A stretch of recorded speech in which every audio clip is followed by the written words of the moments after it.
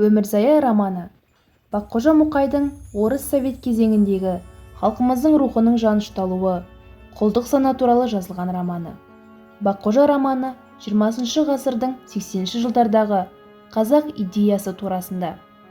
Мұнда ажалға қарсы шапқан азамат туралы жазылған. Басты кейіпкері Аяған Қуатов. Зерделі тарихшы, жасы 35-ке жеткен қалыптасқан азамат. Парасатты, кісілігі мейірбандылығы мен мінезіне тәнті боламыз. Ең басты қасиеті туған халқын сүйетіні. Намыс жігері. Ақыр түбінде мінге айналған, басын құртып тынатын тағы бір мінезі қызбалығы. Аяған әуел басында совет үкіметінің қағазға жазылған заңына сенеді. Бұрмалаушылар береді деп ойлайды. Ұстазы профессор Алдияр Ақпанұлының жолын әрі қарай жалғастырып, ол Кенесары туралы еңбек жазса, бұл сыздық төре туралы көлемді зерттеуін тамамдайды. Бар шырғалаң содан басталған. Әуелі Алдияр ақсақал құлаған, содан соң өз басына қатер төнеді, жұмыстан шығарады. Бірақ Аяған әділ заңның күшіне сенеді. Ақсақалдың да, өзінің де ешқандай жазығы жоқ. Аяған ең жоғары советтік мекемелерге, ең биік партиялық басшыларға арыз жазады. Жаздым, жаңылдым деп емес, ісім-ақ қазақ тарихына қиянат жасалып отыр деп сарнады.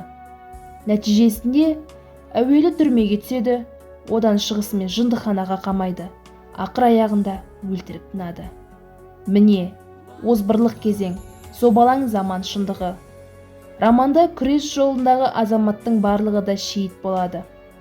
Сұмпайлар мен опасыздар ғана қалады. Бірақ халық рухының өлмегені, елінің әлде бір терең қойнауында жаңа ұрпақ өсіп келе жатқанына оймен аңдалып, көңілмен ұралғандай. Роман, трагедияның ең басты мұраты отарлық заманның қара түнек зұлматын айғақтау екен. Бұл мақсат өзінің үдесіне шыққан. Романның ой тұрғысынан тиянақтаушы Алдияр Ақпанұлы деген қарт.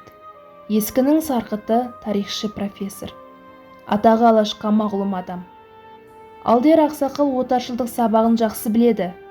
Ұлтын жарыққа жетелеу жолында күрес құралы халқының тарихи зердесін ашу деп санайды. Осы орайда Кенесары хан туралы зерттеу жазады. Ресми саяхатта қайшы бұл еңбек халыққа жат деп жарияланып, атақты ғылымның басына қара бұлт орнайды. Күштілер тарапынан қудалауға ұшырап, шалы ауру болып қалады. Оның түбіне жеткен отарлық саясаттың ұраншысы ғана емес, қиын кезде бас сауғалап кеткен шәкіртінің опасыздығы. Ғұлама профессорды оп-оңай құлатқан институт ректоры Мұса Байларов. Әлде бір жоғары мансапты партия қызметкерінің жекжаты. Сөзде майда, істе аяусыз. Бір көрімге тәуір адам қулығына құрық байламайды. Ең ақырында желтоқсан дүрбелеңі кезінде өкімет әрекетіне қайшы сөз айтып, көзге шалынып қалған туған әкесін өз қолымен жындыханаға қамайды. Бұл да отаршылдық сананың жемісі. Бірақ құрбаны емес, құрбан алмас деген жас жігіт. Ол қабілетті жігіт, әуелде оң жолда болады. Өзінің жолдастарын жалаға береді. Ақыр түбіне ұстазына пәле жабады, жалған куәлік жасайды.